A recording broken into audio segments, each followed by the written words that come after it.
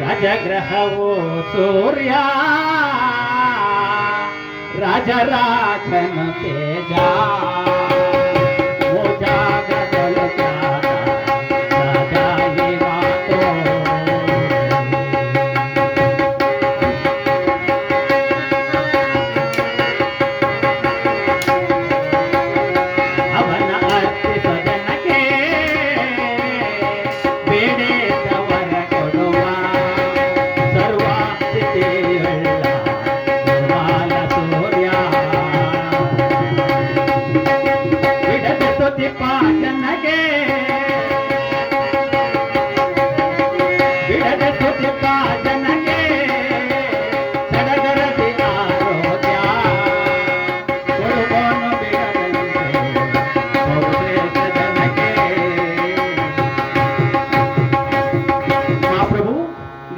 ಒಂದನೇ ಗ್ರಹ ಎಂದರೆ ಸೂರ್ಯದೇವರು ಪ್ರಭು.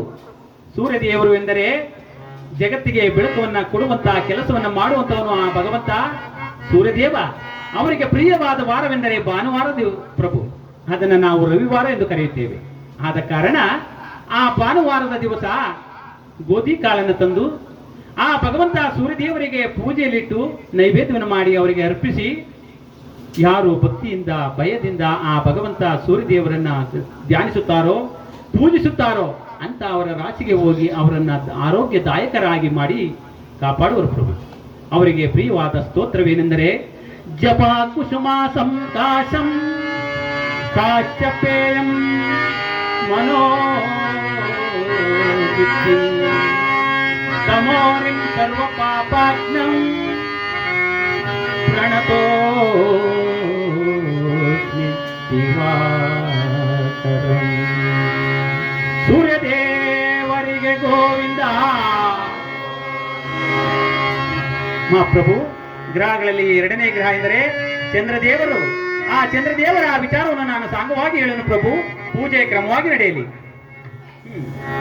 ರಾಜ ರಾಜ ರಾಜ ರವಿ ಕೋಟಿ ತೇಜ ಬೆಲ್ಲಾಲಿಸೋ ಬೆಲ್ಲಾಲಿಸೋ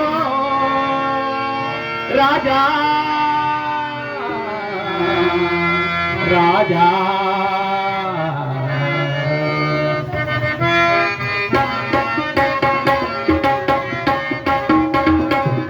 ರಾಜ ರಾಜ ರಾಜ ರವಿ ಕೋಟಿ ತೇಜ ಬೆಲ್ಲಾಲಿಸೋ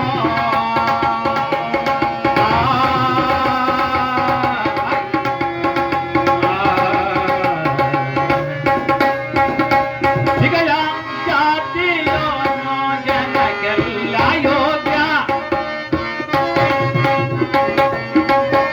ಸಿಗಲ ಜಾತಿಯೋ ಜನಕ್ಕೆಲ್ಲ ಯೋಗ್ಯ. ಮಂಗಲಾತ್ಮಕನೋ ಜನಕ್ಕೆ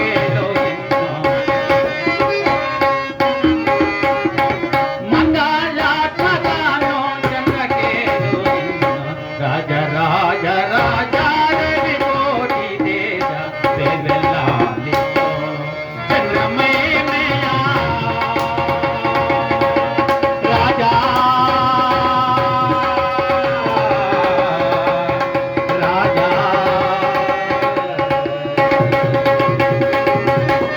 ಮಹಾಪ್ರಭು, ಚಂದ್ರದೇವರು ಎಂದರೆ ಶಾಂತಿ ಗ್ರಹ ಪ್ರಭು, ತಂಪಾದ ವಸ್ತು.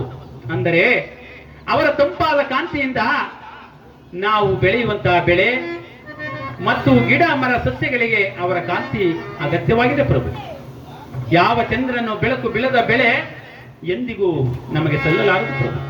ಅವರಿಗೆ ವಾರವೆಂದರೆ ಸೋಮವಾರ ಪ್ರಭು.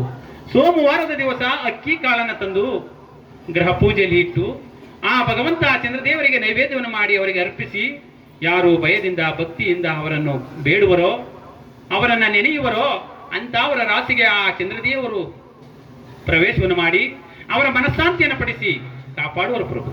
ಆದ ಕಾರಣ ನಾನು ಈ ತುಂಬಿದ ಸಭೆಯಲ್ಲಿ ನಿಂತು ನನಗೆ ತಿಳಿದಷ್ಟು ಮಟ್ಟಿಗೆ ಆ ಭಗವಂತ ಚಂದ್ರದೇವರ ಮಹಿಮೆಯನ್ನು ನಾನು ತಿಳಿಸಿದ್ದೇನೆ ಪ್ರಭು. ಅವರಿಗೂ ಸಹ ಪೂಜೆ ನಡೆಯಲಿ.